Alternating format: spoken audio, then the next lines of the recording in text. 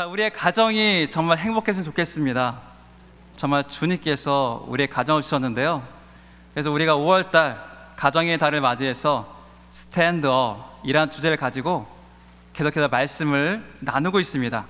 그래서 우리가 어떻게 하면은 하나님 안에서 우리의 가정을 세울 수 있을까? 첫 번째 시간에는요, 신앙을 전수하라. 그리고 두 번째 시간에는요, 관계의 문제를 극복하라는 제목으로 말씀을 전했습니다. 그래서 오늘은 세 번째 시간으로요, 극한 상황의 위기에서 라는 제목으로 말씀을 전하겠습니다. 온전한 가정, 그리고 기쁨의 가정, 그리고 복된 가정, 이런 가정이 되기 위해서는 우리 모든 가족 구성원들이 우리에게 찾아오는 위기, 육체적인 위기라든지 영적인 위기라든지 우리 가운데 찾아오는 그 위기들을 우리가 잘 이겨내야 합니다. 저번 주 말씀이 가정 안에서 일어나는 내적인 문제인 가족의 갈등을 다뤘다면, 오늘 말씀은 가정의 기쁨을 해치는 외적인 요소들, 외적인 위협에 대해서 우리가 알아보려고 합니다. 자, 현대 가정은 과거의 다른 가정들보다 훨씬 더 많은 위협에 노출되어 있습니다. 갑작스러운 사고가 언제 어디서든지 일어날 수 있고요, 또 경제적인 위기가요, 우리를 또 위협하고 있습니다. 그리고 범죄도 있죠. 그리고 특별히 지금은 코로나19로 인해서 우리 모든 경제가, 세계 경제가요, 지금 어려운 가운데 있습니다. 자, 이런 위기의 순간에, 위기의 때 안타까운 뉴스가 우리들에게 들려와서 우리의 마음이 아픕니다. 생활고를 이기지 못해서 일가족이 생명을 달리했다는 그런 뉴스입니다. 힘들어서 가족과 함께 먼저 갑니다. 자, 이렇게 어려움을 호소하는 내용을 유서로 남기고 그들은 생명을 달리했습니다. 얼마나 힘들었으면 이런 선택을 했을까요? 정도의 차이가 있겠지만 이들에게 겪었던 문제는 지금 우리에게도 나타나는 문제이고, 또 앞으로도 우리가 겪을 수도 있는 문제입니다. 나뿐만 아니라 바로 우리의 가정이 겪을 수도 있고 우리의 자녀들이 겪을 수도 있는 그런 문제들입니다. 자, 이러한 문제들로 인해서 가정이 깨어지고 가정이 해체가 되고 가정 가운데 위기가 찾아옵니다.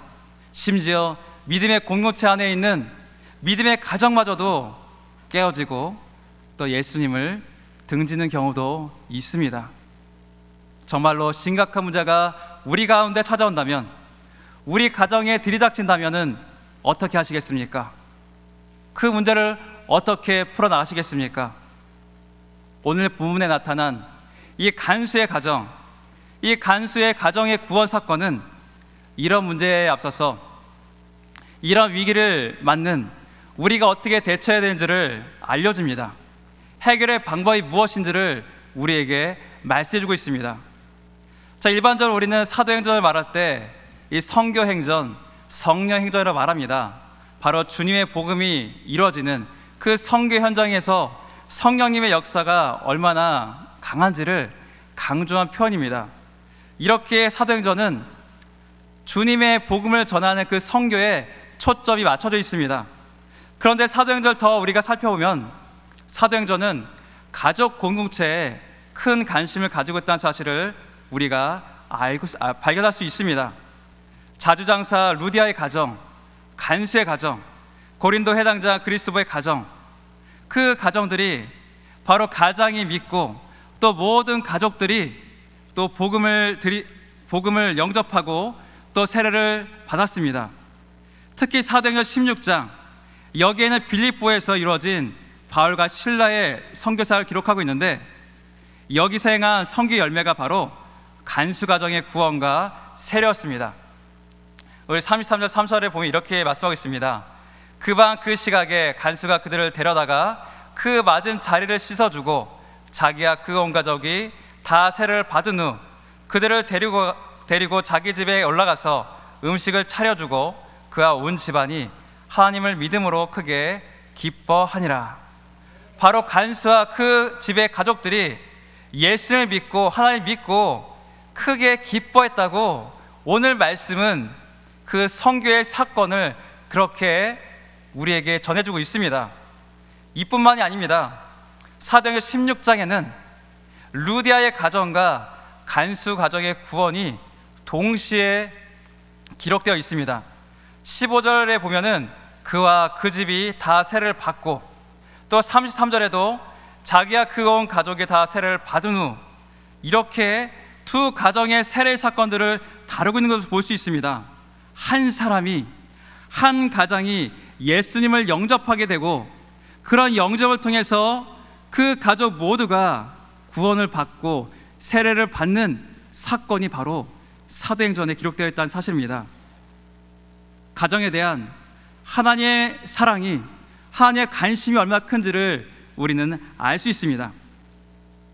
그런데 이 간수가정의 구원 사건을 살펴보면 이 구원이 순조롭게 진행된 것이 아닙니다.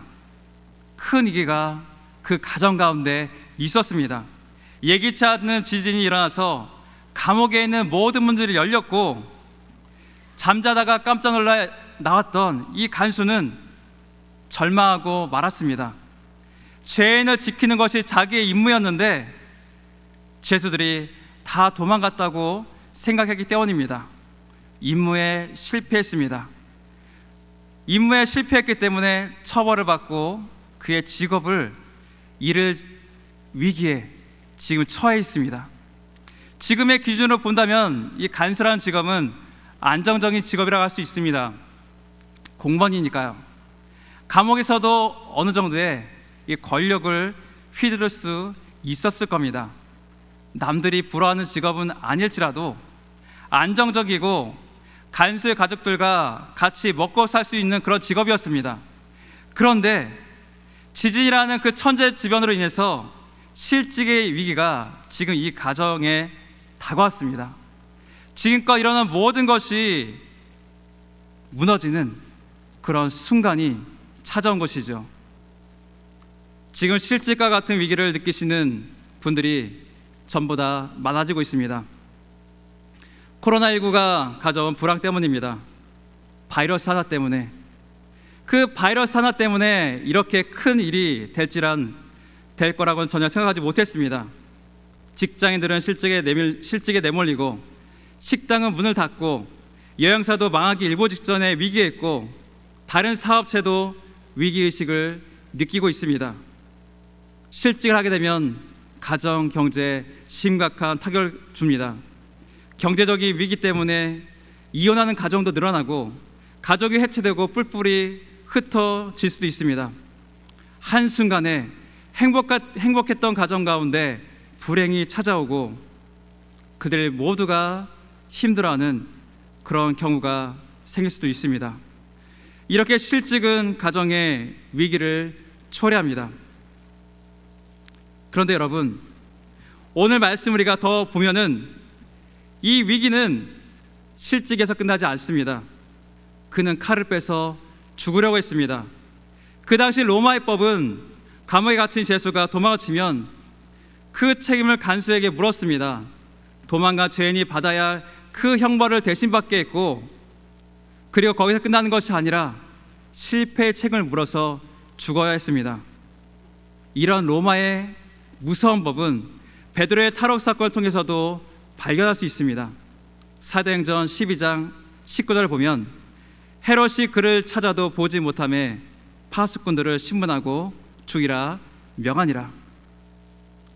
베드로를 지키지 못한 책임을 간수들에게 묻고 그들을 다 죽여버렸습니다. 이렇게 로마의 법이 무섭습니다. 간수는 자기 앞에 일어날 일들을 알았습니다.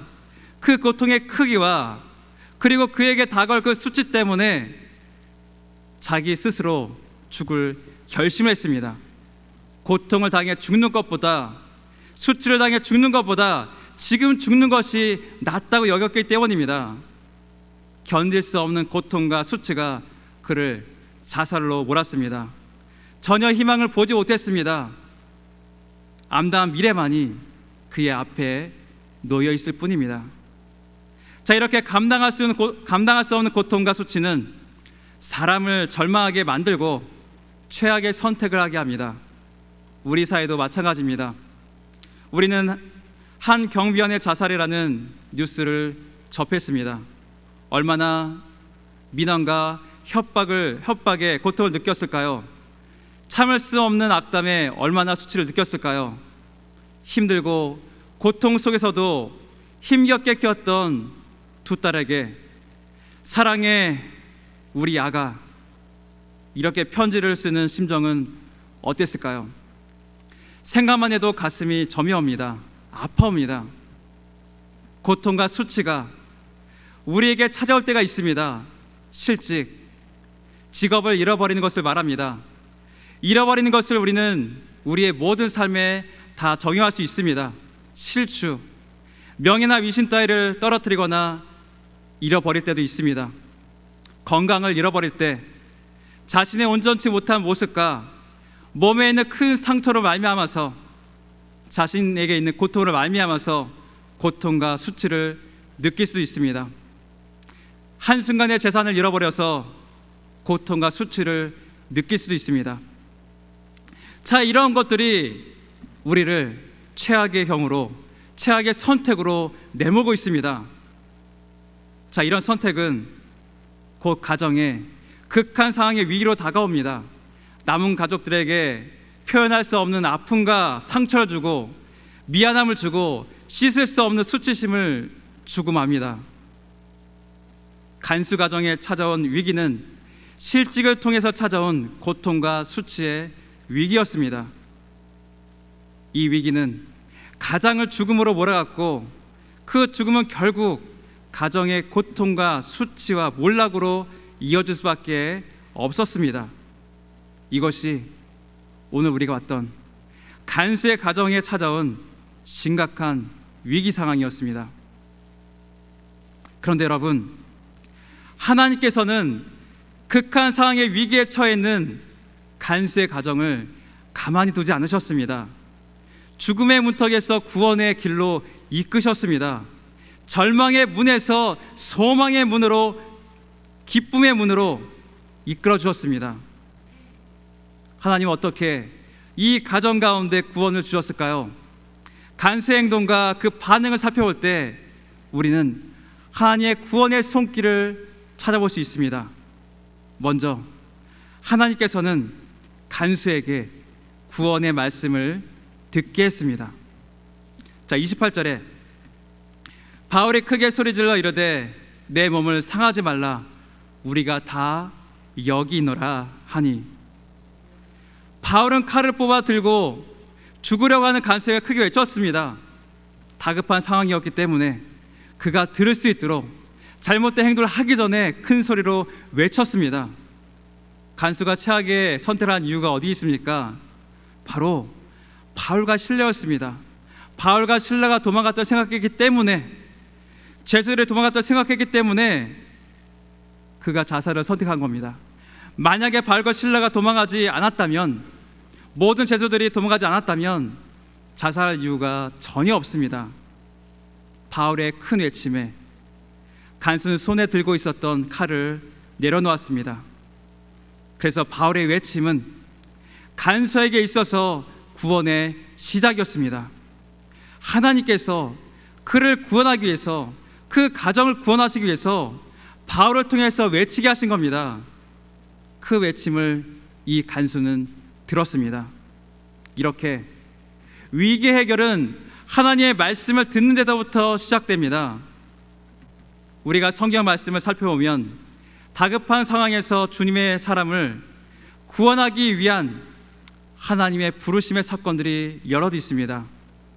대표적인 사건이 아브라함이 하나님의 말씀에 순종하여 이삭을 바칠 때입니다. 하나님의 말씀을 따라서 순종하여 손에 칼을 들고서 이삭을 죽이려 했습니다. 바로 그때 하나님께서 아브라함을 부르셨습니다. 창세기 22장 11절에 여호와의 사자가 하늘로부터 그를 불러 이르시되 아브라함아 아브라함아 하시는지라. 아브라함이 이르되 내가 여기 있나이다 하매 사자가 이르시되 그 아이에게 내 손을 대지 말라, 그에게 아무 일도 하지 말라.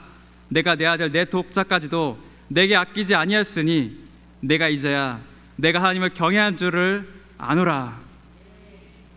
하나님께서 아브라함에게 이삭을 바치라고 하신 이유는 아브라함의 믿음을 보시기 위해서입니다. 그 믿음을 보고 아브라함에게 복을 주시기 위해서입니다. 오랜 기다림 끝에 주신 그 이삭을 데려가기 위해서 하신 것이 절대 아닙니다. 믿음을 시험하는 순간이기도 하지만 아브라함과 사라의 가정에게 있어서는 심각한 위기의 순간이었습니다. 이 위급한 상황을 누가 종식시켰습니까? 바로 하나님이십니다. 하나님께서는 아브라함을 부르셨고 아브라함은 그 말씀을 들었습니다. 바로 거기서부터 구원의 사건은 시작되었고 또 하나님께서 준비한 그 양이 거기 있었습니다. 이 땅에 오셨던 예수님도 심하게 놀라 두려워하는 제자들에게 찾아와 말씀하신 적이 있습니다. 오병이어의 사건 이후에 예수님의 제자들을 벳세다로 보내셨습니다. 제자들은 그 말씀을 따라서 그 바다를 건너고 있는데 큰 바람이 불어 파도가 심하게 불었습니다. 사나운 바다 위로 걸어오고 있는 예수님을 보고서 유령이라고 착각하고 심한 두려움에 소리 지르고 난리가 났습니다. 공포에 쌓여 버린 겁니다. 이런 그들에게 예수님께서 말씀하셨습니다. 마가복음 6장 50절에 보면 안심하라 내니 두려워하지 말라 하시고 두려움에 떨고 있는 그들에게 두려워하지 말라고 말씀하셨습니다. 우리를 부르시는 하나님의 말씀을 들을 때 위기와 두려움은 사라지기 시작합니다. 하나님께서 말씀하실 때 우리의 걱정과 근심은 멈추기 시작합니다. 하나님의 말씀을 들을 때 우리의 잘못된 생각, 허황된 생각, 그릇된 행동 우리는 멈출 수 있습니다. 점점 최악으로 나가려고 하는 우리의 마음에 주님의 말씀으로 우리는 브레이크를 걸어야 합니다. 극한 상황의 위기에서 하나님의 말씀을 듣기를 바랍니다. 우리 다 같이 읽겠습니다. 두려워하지 말라 내가 너와 함께함이라 놀라지 말라 나는 내 하나님이 됨이라 내가 너를 굳세게 하리라 참으로 너를 도와주리라 참으로 나의 의로운 오른손으로 너를 붙들리라. 아멘. 우리에게 말씀하시고 우리를 도우시고 붙들어 주시는 하나님의 말씀을 듣고 위기의 상황으로 내몰린 것을 멈추라고 주님 말씀하십니다. 여러분, 위기의 순간에 주님의 그 음성을 듣기를 바랍니다. 그럼 우리는 위기로 하는 그 길을 멈출 수 있습니다. 주님의 그 우리를 부르시는 그 말씀을 의지하며 나가는 여러분이 되시길 바랍니다. 자, 우리가 겪는 위기의 순간에 하나님께서 주시는 그 말씀을 듣고 우리는 걱정 근심을 멈춘 다음에 우리가 해야 할 일이 있습니다. 바로 우리의 눈을 열어서 말씀의 눈으로 보아야 합니다. 영의 눈이 열려 말씀을 확인하는 것을 말합니다. 간수는 바울의 말을 듣고 감옥 문 안으로 들어갔습니다. 29절을 보면 간수가 등불을 달라고 하며 뛰어 들어가 무서워 떨며 바울과 실라 앞에 엎드리고, 이 정말로 바울의 말처럼 바울과 실라가 감옥 안에 그대로 있는지 다른 모든 죄수들이 그대로 있는지 확인하려고 들어갔습니다. 여기서 간수는 등불을 달라고 합니다. 여기에 사용된 등불, 이 등불이라는 단어는 원어로 포타인데 이 포타라는 이 단어가 복수로 쓰였습니다. 그러니까 하나가 아니라는 거죠. 깊고 어두운 감옥은 등불 하나로 전체를 보기가 어렵습니다. 잘 보이지 않습니다. 그래서 등불 여러 개를 들고 감옥 구석구석을 비추었습니다. 그랬더니 바울의 말대로, 바울이 한 그 말대로 모든 죄수들이 감옥에 그대로 다 있었습니다. 있을 수 없는 일, 말도 안 되는 일이 지금 일어난 거예요. 간수는 지진이 나고 감옥 문이 열린 것을 보고 모든 죄수들이 도망갔다고 생각했습니다. 왜냐하면 갑작스러운 지진에 잠이 깨었지만 경황이 없었습니다. 무슨 일이 지금 일어나고 있는지 제대로 파악하기 힘들었습니다. 게다가 깊은 감옥이라 감옥 문 안쪽에는 보이지 않았습니다. 지금 우리가 살고 있는 시대와 같이 전등도 최신식으로 LED로 되어 있고 CCTV가 달려 있다면 한눈에 다 볼 텐데, 간수가 있었던 그 감옥에는 어두워서 전혀 그 문안이 보이지 않았습니다. 감옥 문 안에 있었던 죄의 수들이 보였다면, 그의 눈에 온전히 보였다면 이 간수는 그런 선택을 할 필요가 없었을 텐데 말입니다. 간수는 눈앞에 보이는 열린 문이 다였습니다. 그 문 뒤에는 깜깜한 어둠이었습니다. 그런데 바울의 말을 듣고 등불을 가지고 그 감옥 안을 비추자 캄캄한 어둠은 물러가고 바울의 말 그대로 죄수들이 있었습니다. 거기에 그대로 남아 있었습니다. 우리도 이 간수와 같이 비슷한 행동을 할 때가 있습니다. 위기가 닥칠 때 우리의 눈이 어두워져서 우리의 앞만 볼 때가 있습니다. 바로 앞에 있는 문제만 볼 때가 있습니다. 그럴 때 우리는 그 문제 뒤에 계시는 하나님의 구원을 우리가 보지 못합니다. 하나님의 도우심을 우리가 보지 못합니다. 우리에게 남아있는 것이 무엇인지, 하나님의 말씀대로 이루어진다는 사실을 보지를 못합니다. 구약 열왕기를 보면 아람 왕은 이스라엘과의 전쟁에서 번번이 패배했습니다. 그래서 그들의 모든 행동을 알고 있는 선지자 엘리야를 먼저 잡으려고 합니다. 수많은 말과 병거와 병사들을 엘리사가 있는 도단으로 보냈습니다. 그 성을 에워싸고 포위했습니다. 엘리사의 사환이 아침에 일어나니 깜짝 놀랐습니다. 수많은 군사들이 자기가 머물고 있는 그 성을 에워쌌기 때문입니다. 금방이라도 그 도단성이 함락될 것 같았고 잡혀갈 것만 같았습니다. 눈으로 보면 분명히 그랬습니다. 그렇지만 엘리사는 그의 눈을 열어보게 했습니다. 열왕기야 6장 17절을 보면 기도하여 이르되 여호와여 원하건대 그의 눈을 열어서 보게 하옵소서 하니 여호와께서 그 청년의 눈을 여심해 그가 보니 불말과 불병거가 산에 가득하여 엘리사를 둘렀더라. 아멘. 우리의 영이 눈에 열려야, 말씀의 눈이 열려야 함께 하시는 우리 하나님을 우리가 볼 수 있습니다. 우리 앞에 있는 문제가 아무리 많다고 할지라도 하나님께서 보내신 군대보다는 적습니다. 문제가 아무리 크다고 할지라도 우리와 함께 하시는 하나님보다는 작습니다. 우리 눈을 열어서 하나님의 말씀이 맞는지, 위기의 순간에 우리를 부르시고 우리를 멈추게 하시는 그 하나님의 말씀이 맞는지를 우리는 보아야 합니다. 하나님께서 나와 함께 하신다는 것이 사실인지를 우리는 보아야 합니다. 그 말씀 그대로 이루어졌는지를 우리는 살펴봐야 합니다. 신명기에서 모세가 이스라엘 백성들에게 요청한 것도 이와 같습니다. 신명기 4장 31절을 보면 내가 있기 전 하나님이 사람을 세상에 창조하신 날부터 지금까지 지나간 날을 상고하여 보라. 하늘 이 끝에서 저 끝까지 이런 큰일이 있었느냐?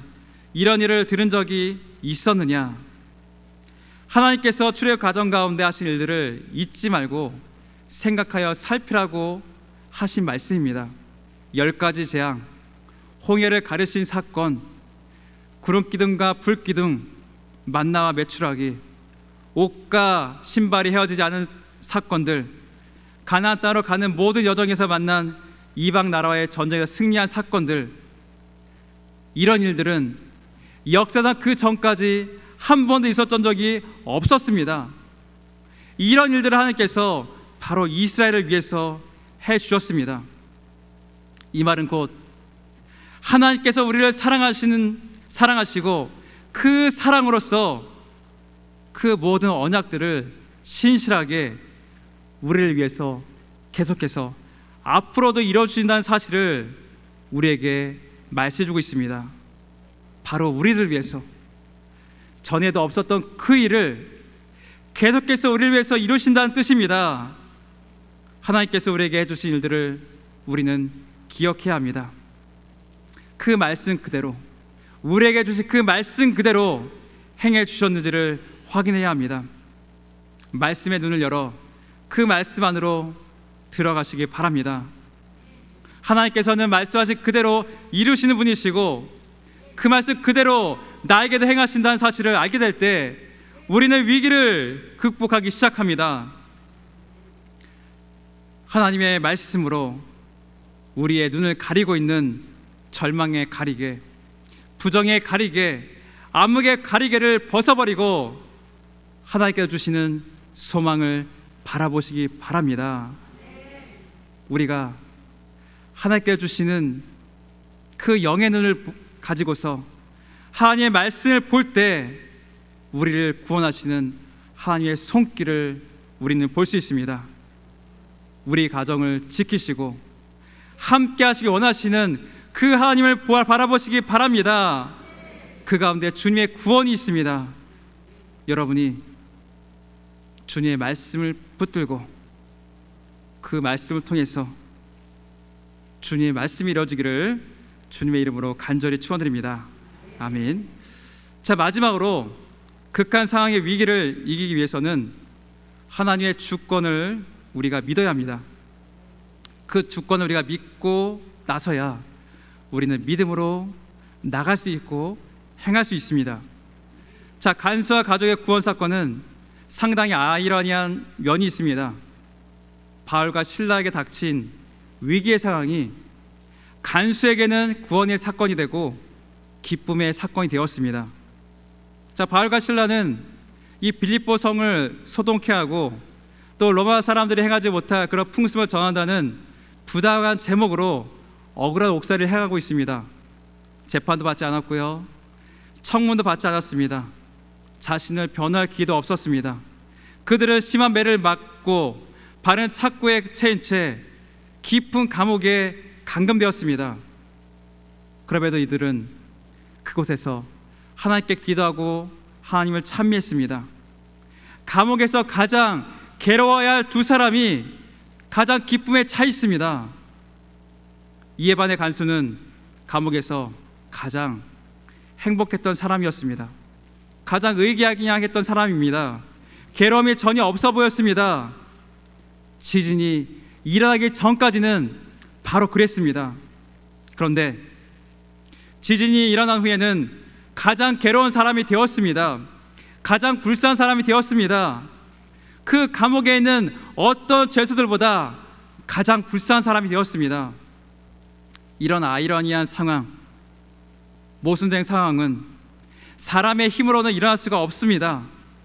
하나님께서 그 간수와 그 간수의 가정을 구원하시기 위해서 이 모든 일들을 계획하시고 바울과 실라를 보내셨습니다.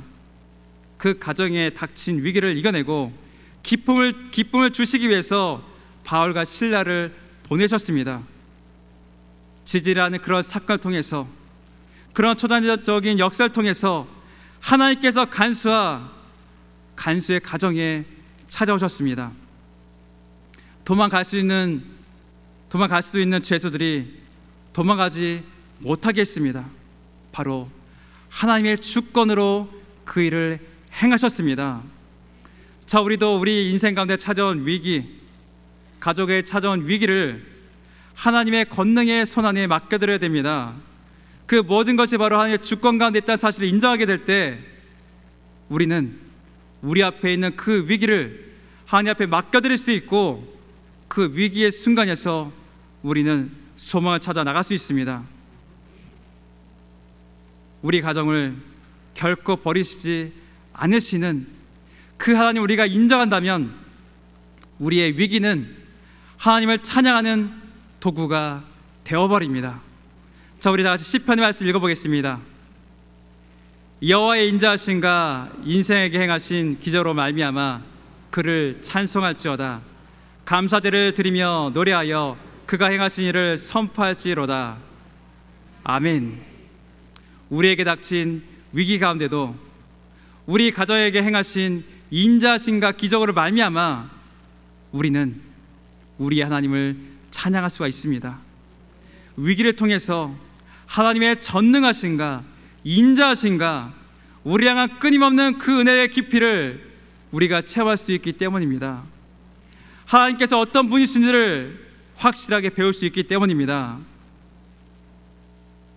간수에게 있어서 감옥의 열린 문은 위기의 문이었고 절망의 문이었습니다. 그렇지만 하나님께서는 그 문을 축복의 문으로 사용하셨습니다. 마치 부활의 아침에 예수님의 빈 무덤에 열린 문은 새 여인에게 있어서 예수님의 시신을 잃어버린 슬픔의 문이었습니다. 그렇지만 그 빈 무덤에 열린 문이 부활하신 예수를 만나는 기쁨의 문이 되었다는 사실을 여러분 믿으시기 바랍니다. 여러분의 가정을 위협하는 열린 문은 무엇입니까? 절망에 빠지게 하려는 그 열린 문은 무엇입니까? 실직의 위기, 실추의 위기, 질병의 위기, 그 모든 것을 하나님의 주권에 맡겨드리시기 바랍니다. 하나님은 지금도 우리를 위해서 일하시고 그 모든 것을 준비해 놓으셨습니다. 우리 가정이 험난한 위기를 이겨내며 하나님께서 주시는 기쁨이 가득한 가정이 되길 바라십니까? 바라신다면은 바로 그 주님을 더욱더 의지하며 나가시길 바랍니다. 우리가 이해할 수 없는 방법으로, 전혀 생각할 수 없는 그 방법으로 그 일을 행하시는 주권의 하나님을 믿고 나가시기를 간절히 바랍니다. 사랑하는 성도 여러분, 사회 경제적인 문제로, 지배 문제로 가정이 무너지고 가정이 해체되는 이 시대의 모습에서 이러한 위기를 이겨낼 수 있는 방법은 하나님의 그 말씀을 기억하는 겁니다.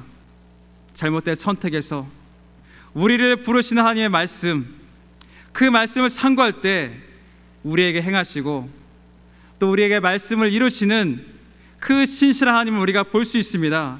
그리고 그 하나님의 주권을 말미암아서 우리 가정을 위기 가운데서 건져내줄 것을 믿어야 합니다. 세상이 우리의 것을 다 빼앗아 간다고 할지라도 하나님은 빼앗아 갈 수가 없습니다.